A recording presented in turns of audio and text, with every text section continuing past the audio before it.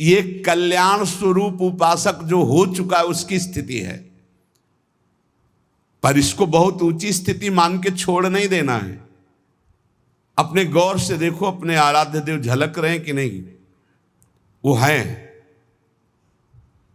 वैसे ही प्रिया, वैसे ही लालजू। जैसा आप संबंध सबसे हटा पाए हैं, जितना नाम जप, जितना गाढ़ भाव, उतने ही आपको अनुभव हो रहा है। देखो भला, दिखाई दे रहे हैं कुछ कुछ तो, जितना आप नाम जप कर रहे हैं भाव में तो आ ही रहे हैं, नहीं आ रहे? भाव में आ रहे हैं वो आ रहे हैं। अगर अंधेरा दिखाई दे रहा है तो अभी नाम का प्रकाश नहीं हुआ। खूब नाम जप करो, जल्दी करो, ज्यादा समय नहीं रह गया,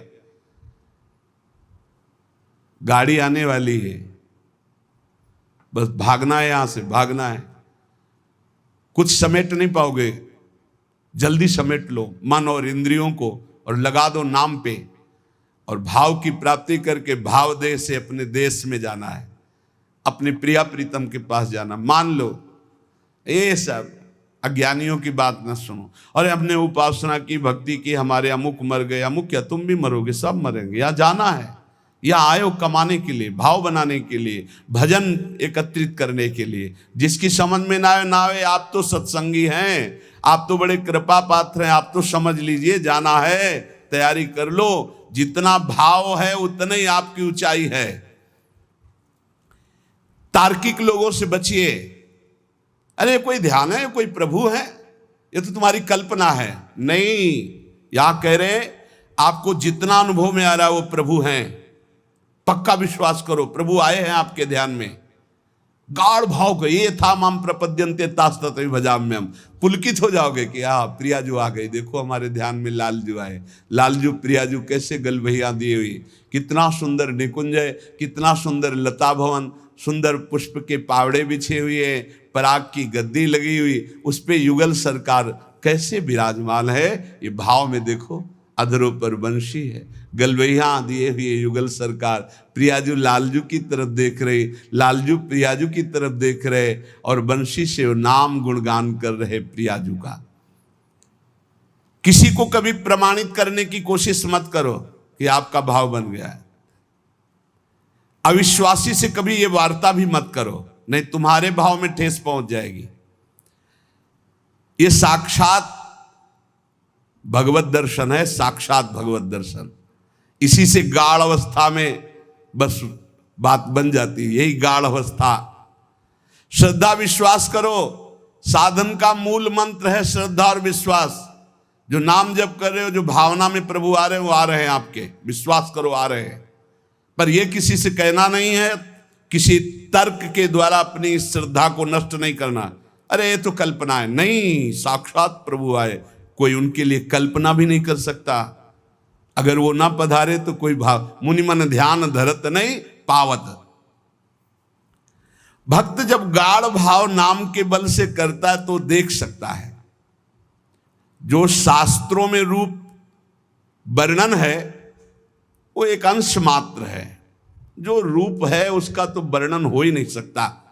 बोले सजल मेघ नील मेघ की कांति, क्या हम सजल मेघ को देख लें तो श्याम सुंदर के अंग को देख लेंगे? नहीं, कोई भी प्राकृतिक उदाहरण चिदानंद देह में बनता ही नहीं, पर भावना करने के लिए।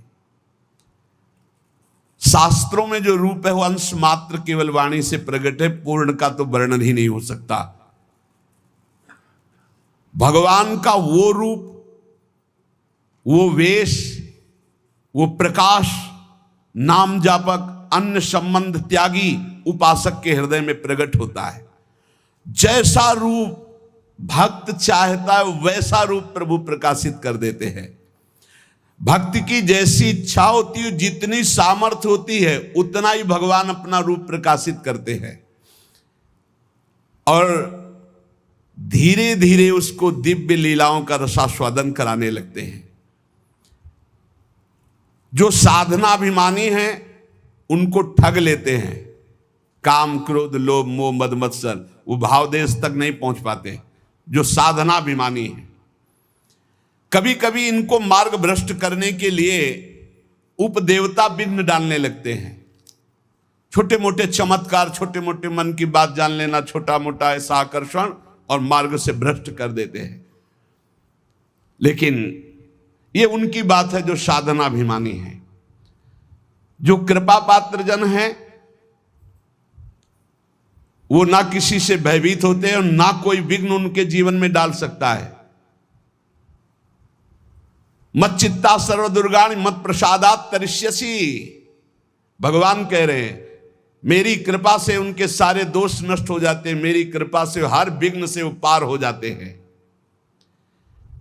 मेरा भक्त आंख मूंद करके चले, मैं हाथ पकड़ कर चलाता हूं। कोई देवता उपदेवता, कोई विघ्न विनायक किसी भी तरह का उपद्रव नहीं कर सकते उनकी साधना में।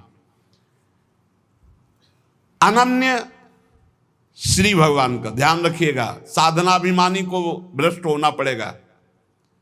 अनन्य और निष्काम भाव से जो प्रियालाल की शरण में हैं, उनके योगक्षेम की जिम्मेवारी स्वयं भगवान लेते हैं। प्राप्ति की रक्षा करना, अप्राप्ति की प्राप्ति कराना उनकी जिम्मेवारी, इसलिए कोई भी विघ्न उसे परास्त नहीं कर सकता जो प्रभु का अनन्य है, और उन्हीं से सारी कामनाएं हैं, प्रभु से ही। बड़े वेग से भगवान की तरफ आंख मूंद कर दौड़ता है, पर वो गिरता नहीं है, ना कोई गिरा सकता है उसको, क्योंकि आसपास ऐसे भगवान चलाते हैं भक्त को। जैसे छोटे बच्चे को मां इधर गिरे तो बाहु में, इधर गिरे तो अजान बाहु अभयद भुज दंड मूल, बड़ी मस्ती रहती, कोई विघ्न नहीं। अर्पित आत्मा जो भगवद अर्पित हो चुका है, उसके जीवन का बहुत आनंदमय स्वरूप होता है। कोई विघ्न नहीं, आंख मूंद के दौड़ने पर भी वो नहीं गिरेगा।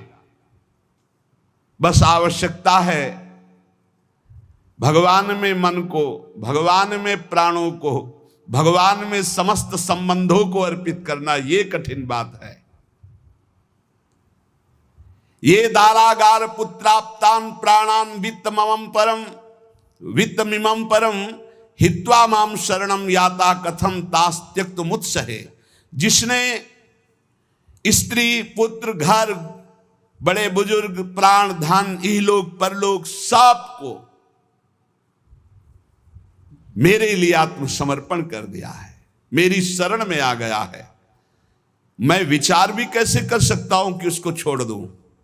और जब प्रभु पकड़े हुए तो किसकी ताकत है कि कोई विघ्न डाल सके। इसलिए उपासक को बहुत जल्दी एक काम करना है, कहीं ममता न रह जाए। नहीं, जहां ममता रह जाएगी वहीं विघ्न पड़ जाएगा भगवत प्राप्ति में।